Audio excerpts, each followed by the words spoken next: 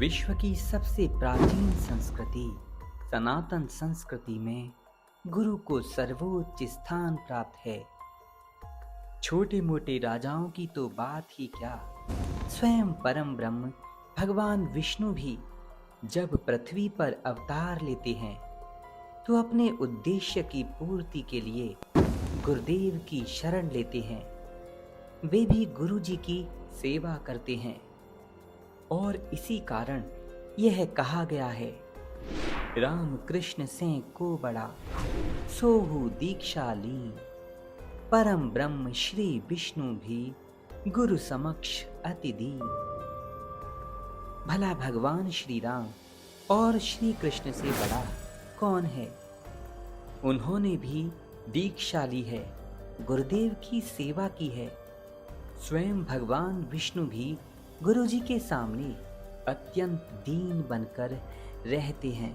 महान योगी ब्रह्मर्षि श्री देवराह बाबा अपनी असीम दया की बरसात अति प्राचीन समय से पूरे विश्व पर करते आ रहे हैं। इसीलिए विश्व के जाने माने गणमान्य लोग भी बाबा का आशीर्वाद प्राप्त करने उनके आश्रम आते रहते थे। श्री देवराह बाबा लकड़ी के मचान के ऊपर रहते थे। बाबा कभी कुछ खाते पीते नहीं थे। अक्सर जब कभी गौमाता का दूध ही लिया करते थे। बाबा कई कई घंटे पवित्र नदियों के अंदर ही रह जाते थे। बिना सांस लिए कोई पानी में कैसे रुक सकता है? लेकिन अष्टांग योग सिद्ध महायोगी श्री देवराह बाबा के लिए ये कोई बड़ी बात नहीं थी। उनका एक बार का गोता 2 से 3 घंटे का होता और इसी मध्य नदी में रहने वाले जलचर कछुए, मछली और अन्य प्राणी भी बाबा के पास आते थे। जब बाबा देवरिया में सरयू जी में स्नान करते तो वहां मगरमच्छ भी बाबा के आसपास खेलते हुए देखे गए हैं। बाबा की इसी योग शक्ति से प्रभावित होकर देश विदेश ही नहीं, देवता तक बाबा के आसपास आते थे। अलग अलग स्वरूपों में हिमालय के सिद्ध योगी बाबा के पास आके योग दीक्षा और शिक्षा उनसे लिया करते थे। अक्सर भक्तों की भीड़ में बाबा के पास ऐसे कई सारे भक्त आते जो आजादी से पहले के बाबा से जुड़े हुए थे। और इसी भीड़ में एक बार मध्य प्रदेश के एक डीआईजी भक्त के पिता उनके साथ श्री बाबा के आश्रम आए। डीआईजी भक्त के पिताजी एक स्वतंत्रता सेनानी थे जिन्होंने आजादी की लड़ाई में अपना योगदान दिया था। वे बाबा से आजादी से पहले की पुरानी बातें करने लगे और त्रिकालदर्शी श्री बाबा उन्हें ऐसी कई रोचक बातें बताने लगे जैसे बाबा भी घटना स्थल पर मौजूद हों।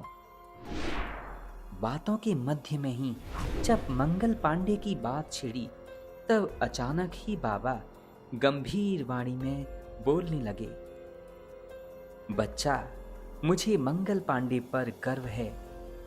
मैं उसको अपना सच्चा शिष्य मानता हूं। बच्चा वही मेरा शिष्य है। उसने अपने जीवन का बलिदान देकर मुझे सच्ची गुरु दक्षिणा दी।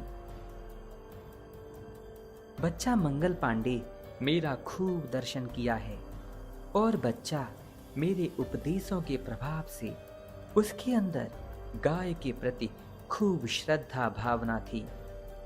जब उसे गाय का चमड़ा मिला, ऐसा कारतूस दिया गया और चलाने को दिया, तब उसने सोचा कि ये फिरंगी हमारे धर्म की जड़ ही काटने पर तुल गए हैं।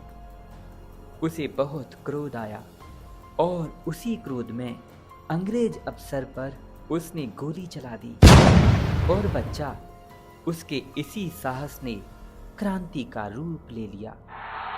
श्री बाबा आगे कहने लगे, इस घटना से अंग्रेजों को ये सबक मिला कि किसी देश पर राज करने से कुछ आर्थिक लाभ अवश्य होता है, किंतु किसी की धार्मिक भावनाओं के साथ खिलवाड़ करने का फल बहुत कड़वा होता है।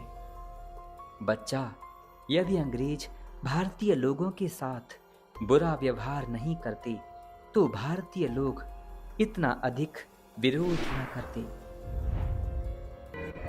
श्री बाबा ने और कहा, बच्चा, जब किसी बात की सत्यता सब भांति से प्रमाणित हो जाती है तब मान लेने में ही भलाई है, और ना मानने वाले लोग वैसे ही कष्ट पाते हैं जैसे कोई नाव अथवा रेल में चढ़ने के बाद भी अपने सिर से सिर पर रखी बोरी का बोझ नहीं उतारता और कष्ट पाता है।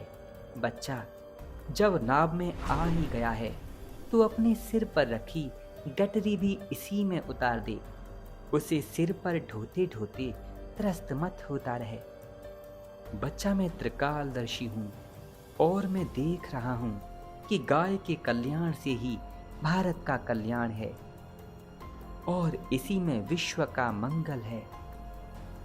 बाबा यदा कदा आजादी के पूर्व की बातों में, उस समय की गाय से संबंधित बातों में मंगल पांडे का जिक्र कई बार किया करते। श्री बाबा के मुख से ये बात कही गई है, इसी से ये प्रमाणित होता है श्री बाबा अब के नहीं, कई वर्ष पहले के हैं। श्री बाबा अनंत हैं, वे अनंत को प्राप्त हैं, इसीलिए वे स्वयं भी अनंत हैं। राधे राधे।